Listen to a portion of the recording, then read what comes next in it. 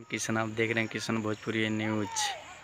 खेसारी लाल यादव का बवाल song release हो गया है। अगर आप लोग नहीं सुने हैं तो जाइए सुनिए, बहुत कमाल का वीडियो है दोस्त।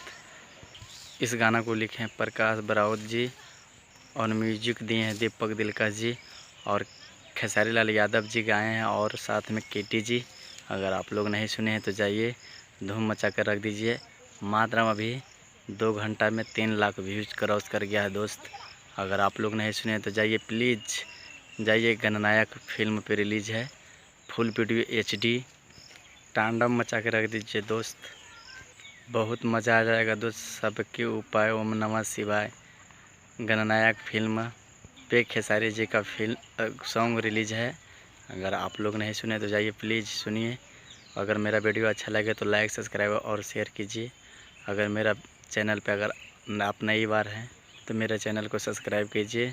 धन्यवाद, मिलते हैं अगले वीडियो में। Bye bye, thank you so much.